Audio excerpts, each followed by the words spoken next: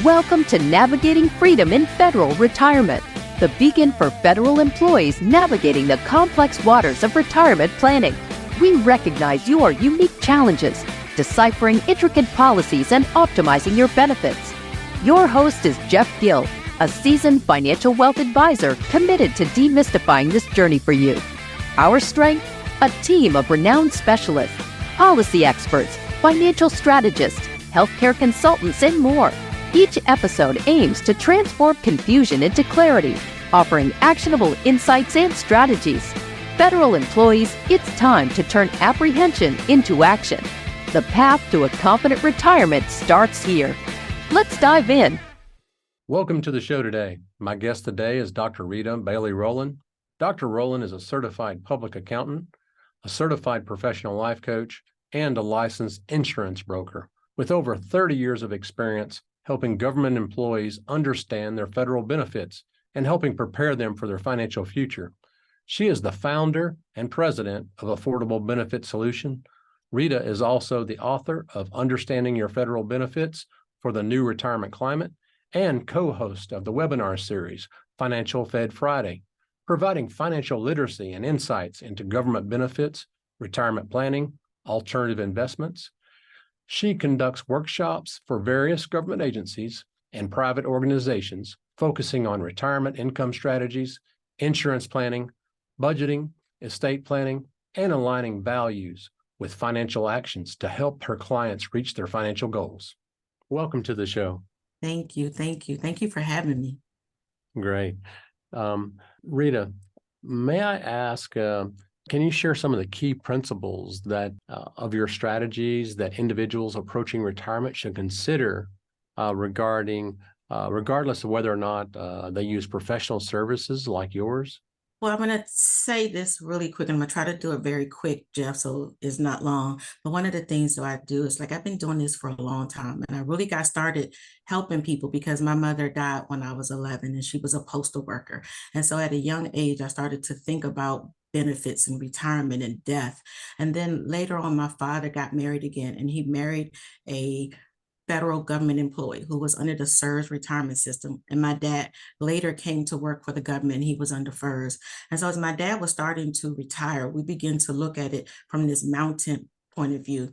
At the top of the mountain, Jeff, was my dad retiring. And then we had to think about all the things that he would need coming down the mountain so that we could prepare for when he came down the mountain. But the first thing we had to think about, what was his dreams? What was his goal? He had worked 42 years. What did retirement look like for him? What was important?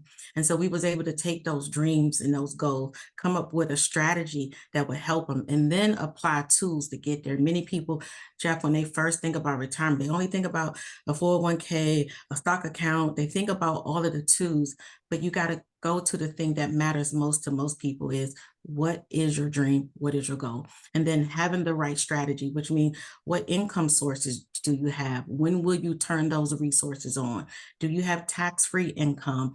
How will that help you reduce your taxes? And well, what about RMDs and your legacy? So going down the mountain is taxes, is inflation, is healthcare, where will you live, your legacy. And so planning first has to look at those goals, those dreams, and then we come back to come up with the strategy to help us get there. So whether you have a plan or not, it's not just, I relate this to getting married.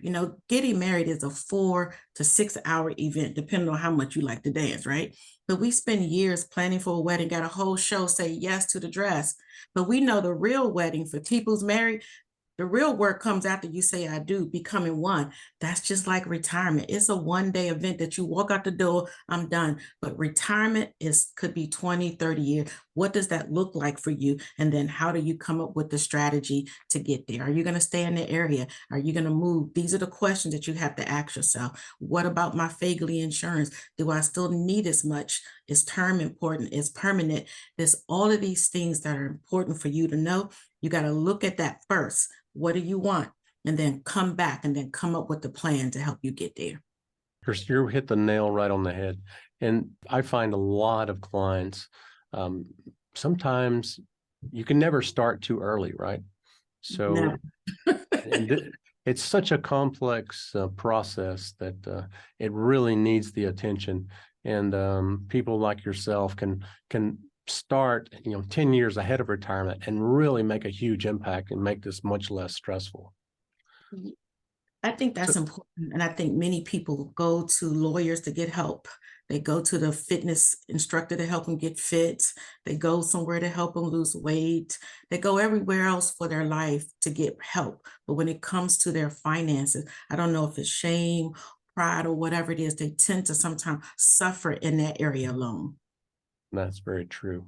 Rita, may I ask, what are some of the common misconceptions or myths about retirement planning and benefits that you've encountered? How can the listeners avoid falling into these traps? I think one of the things is that many people think sometimes they'll need less income in retirement. And for many people, that may be true. But for some of the retirees today, Jeff, that's not necessarily the case because they are enjoying their life to the fullest. They're traveling. They're not eating in, they're eating out. They're snowbirding. They got a house in Florida or somewhere warm and a house in some place cold, and they really are enjoying yourself. So you may not be in much of a less income. You may still need just as much in retirement than you do working, because if you still have a mortgage, if you still have car notes, if you still have some bill, what changes for you? You no longer have to commute to work, pay that gas or parking, but you're still out all day. And when we were growing up, our parents always said, turn off the lights, close the refrigerators. Nothing else is different in the refrigerator when you just looked an hour ago. Well, guess what? Retirees are doing the same thing. They're going upstairs with a light on. So bills are not changing. Life is really, for many of them, it's more, because I have a client right now. She has 13 vacations a year and half of them are abroad. So her vacation budget needs $1,100 a month. So it's not necessarily less, but it's what is your goal? Remember, it goes back to what do you want? The other thing is that many people sometimes want to retire and pay off their mortgage. Well, you still owe 150,000, 200 grand. Are you aware of what that tax impact would be? Not just in what you have to pay, but if you're 64 or 65 near your Medicare, there's so many other things that could be impacted by you paying off your taxes early. So maybe look at what is the other strategy I could do. Rita had a client that said, I just want to pay off my mortgage. I gave him a strategy that he could put the money, the dividends will pay his mortgage for him. So he has that stress off of him, but he hasn't taken it. To get 200 grand, you need about 300 grand just to pay off the mortgage for the taxes, and it puts you in another tax bracket. Everything changes with that mistake. So I think that's one of the issues. And then they always say you're going to pay less taxes. Well, that's also could be a myth. Taxes are going up. Taxes are on sale right now, right? We're in a lower tax bracket. Come 2026, taxes are going right back up. So will you really be paying less taxes? Working, you got one stream of income. When you retire, you could have three. You could have your pension could be anywhere between 30, 40%. If you're SERS, up to 80% in you add TSP or IRA, you may have Social Security. Are you really in a lower tax bracket, or it's just now the streams of income are different? And so you have to plan for that. And then looking at your federal health insurance, thinking because you have Fed insurance, you don't need Medicare. Well, maybe you don't, but if you do need it, it could be a very healthy penalty if you get it later. So there's so many misconceptions. And talking to your coworkers, maybe you're at the cooler and Bob is under the SERS system. Jane she's on the FERS, but she started in 1999 and you started in 2015. All three of your systems, what you're paying into it is different. And so we can't always compare our stuff to someone else's stuff. So there's a lot of misconception about retirement, about planning vaguely at all. And people can make some really big mistakes if they don't get the truth. Very perfectly explained. I mean, it is a complex process. It's not to be taken lightly, but it doesn't have to be scary either. So just find someone that you can enjoy working with and do the planning process. It can be enjoyable. And I think the other thing, if you don't mind me, the other thing too is making sure you understand you've married. Part of my retirement planning came because my dad was retiring, and we realized that his retirement, between him and my stepmom, their retirement would change 5 times. So while they both working, it was one. When my dad retired first, the income changes again. Had my Right. stepmother retired before, it would have changed again. The first one died, it changes again. And the last one, the legacy. And many times when people think of retirement, they think of what it is the day they walk out the door. Nobody is looking at the shifts in the chain and the RMD. So I think it's also important to look at how will your income change in retirement and what does that look like to you? Excellent. Well, Rita, for someone who's just starting their retirement journey, what are the fundamental steps that they should take and get organized and and set clear financial goals? I think the first thing they need to understand, what do they need to retire? So if you're under the old system, it's 30 years and age 55. And at this point, every surge employee has already earned 76.25% of their income because they're 40 years in. But when can you retire? What is your comp date? Can you go at 55 in your MRA? What is your MRA? So really begin to look at your retirement system. Are you 60? Many people are working and don't really know when they can retire. And they think it's 62 or they think it's 67 because they haven't really had a chance. Also look at maybe your budget.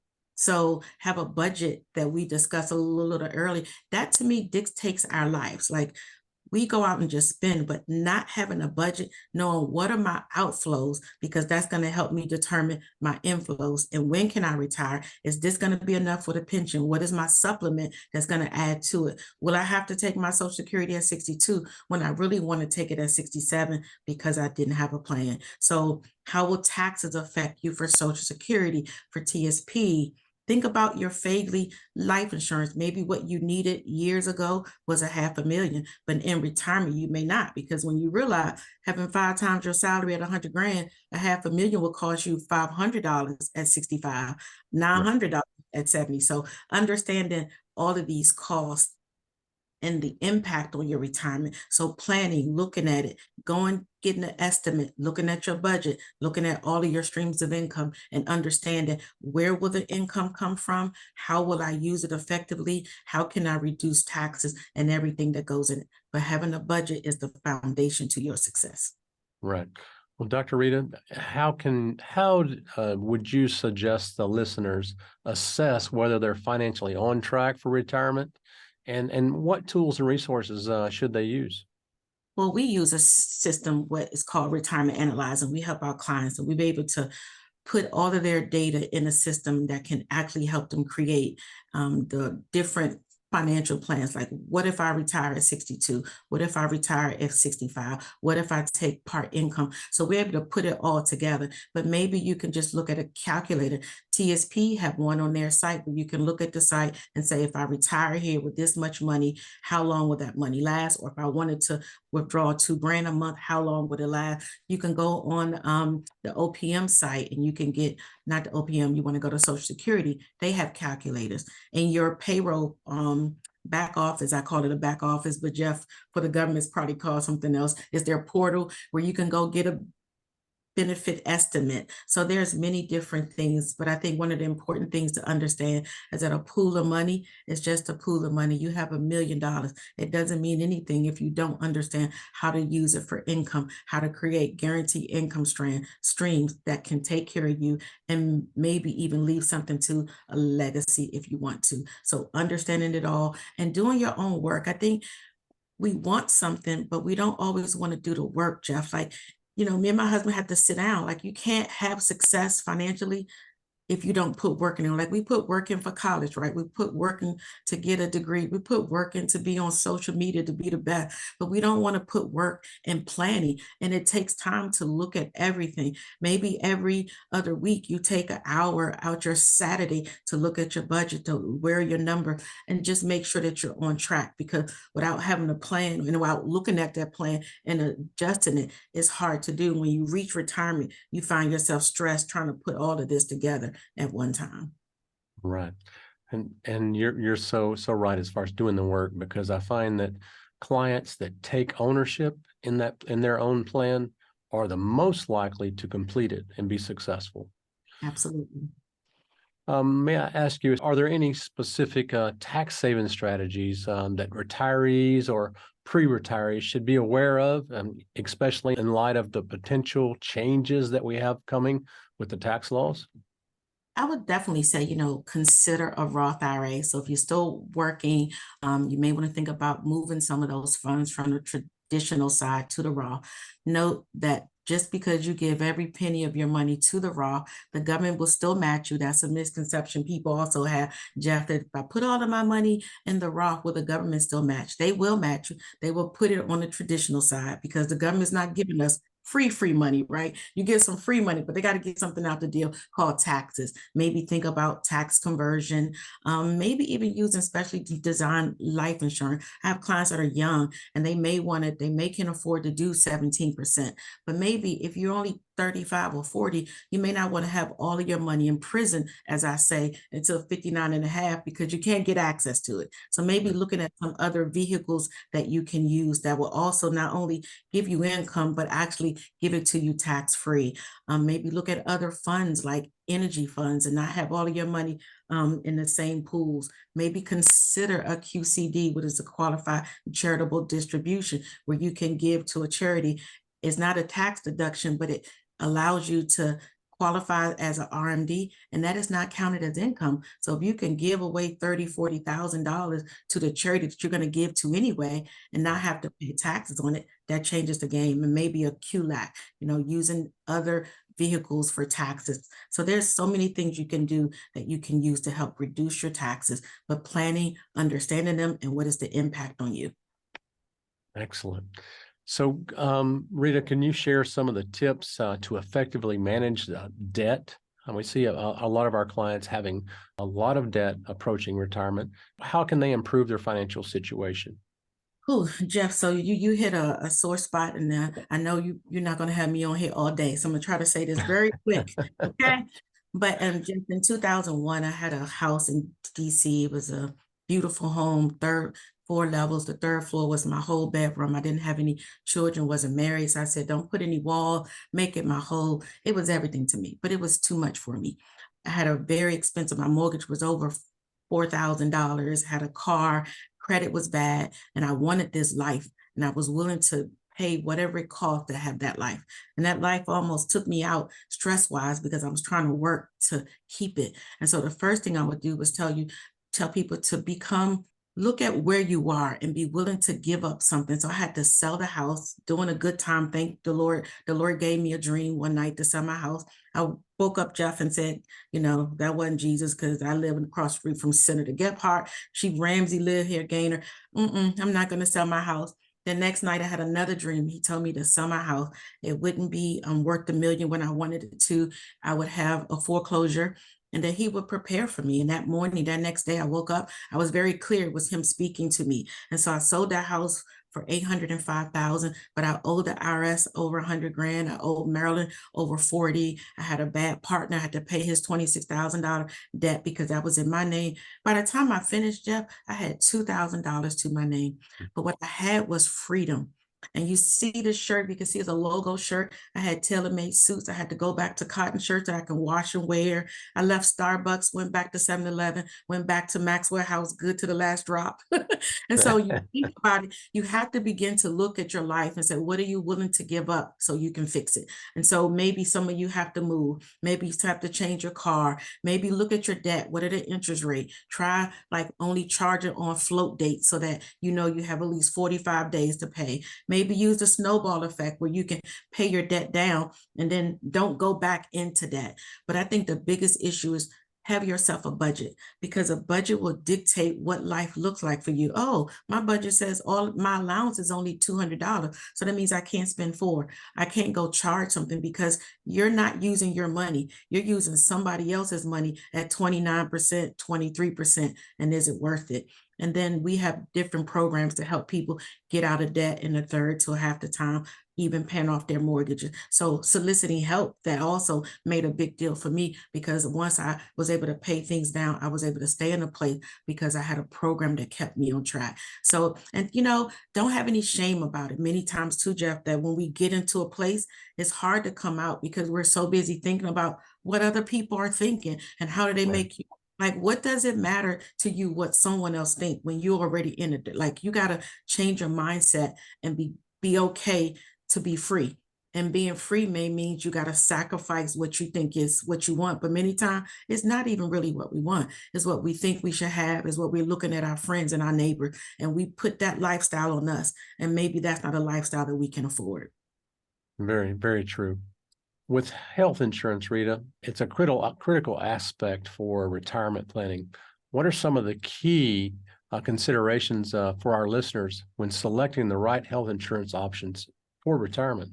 I think that one of the biggest things that you got to make sure that the health plan you pick aligns with your health and care needs. Like, so maybe you have issues with high blood pressure, or you have cancer, or you like to go to treatments that are natural and you don't want to just use a traditional doctor. You have to make sure that the health plan that you have aligns with that. Are your doctors that you really care about, that understand your body? If you decide to change plans, are they on that new list?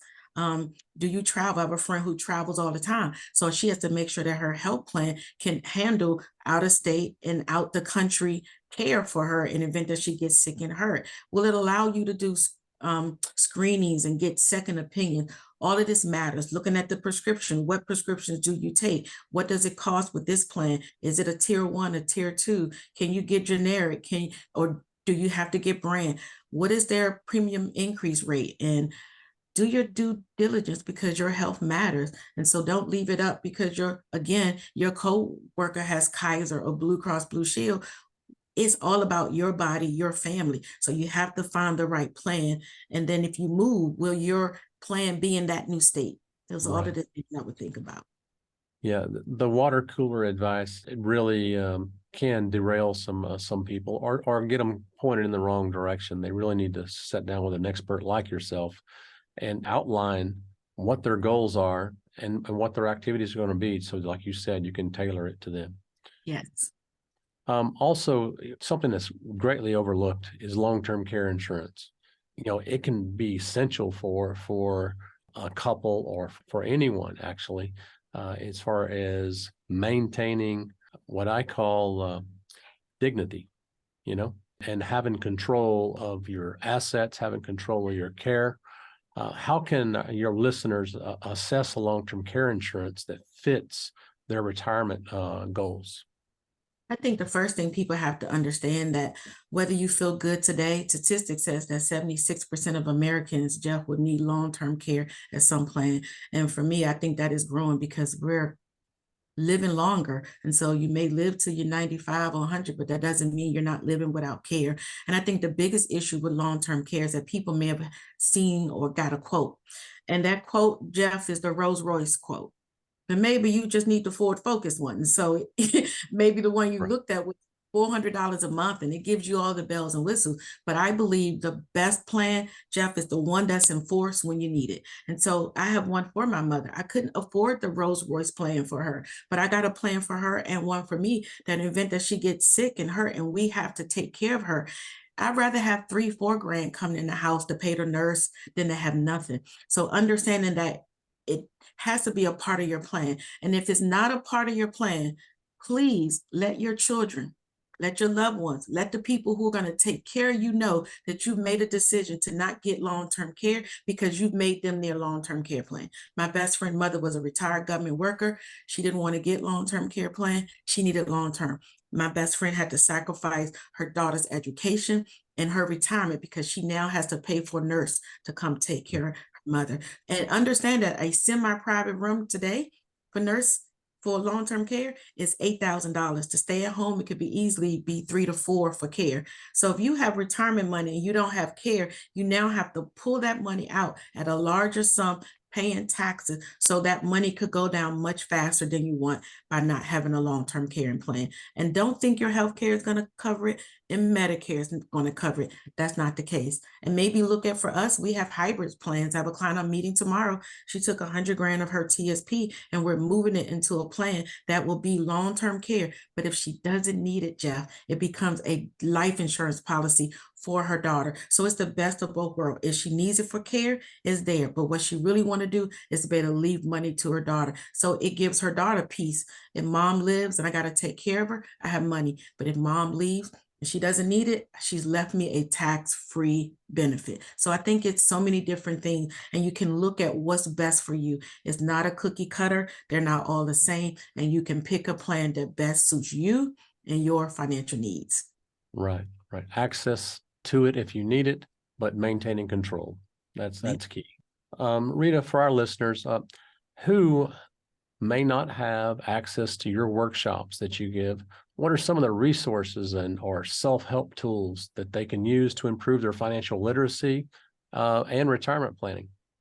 I mean, one of the things I think first for government employees to look at what you have first, go to your HR department, go to your payroll portal, get your benefits estimates. So see everything that you have first. Oh, I have retirement. I have Social Security. I have those things. Understand that. Go to the Fed long-term care just so you can get an understanding of long-term care. I will say my book is a great and simple, easy to read, full of government benefit information, some wisdom, and a little fun. So I have a book that really breaks down everything about the government, and then a lot of other things. One of the chapters is 7 Habits of Ineffective TSP, talking about retirement planning. I have a bonus chapter. And so get books, look at authors. Two of my favorite authors about retirement and understanding taxes is Ed Slott, and he talks a lot about IRA planning. I love Robert Kiyosaki because he speaks games. They have books. So go to the library, read,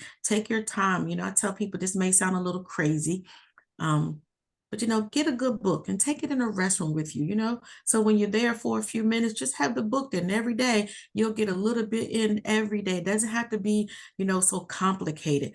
Taking the time, whether it's a magazine, is a podcast, or it's a YouTube channel, someone you like, and take the time to study, look at your own finances, and make it a priority for yourself. Taking ownership, right? Taking ownership. That's it. Rita, what actionable takeaways or insights can individuals implement from the topics that you cover in your workshops, even if they can't attend in person?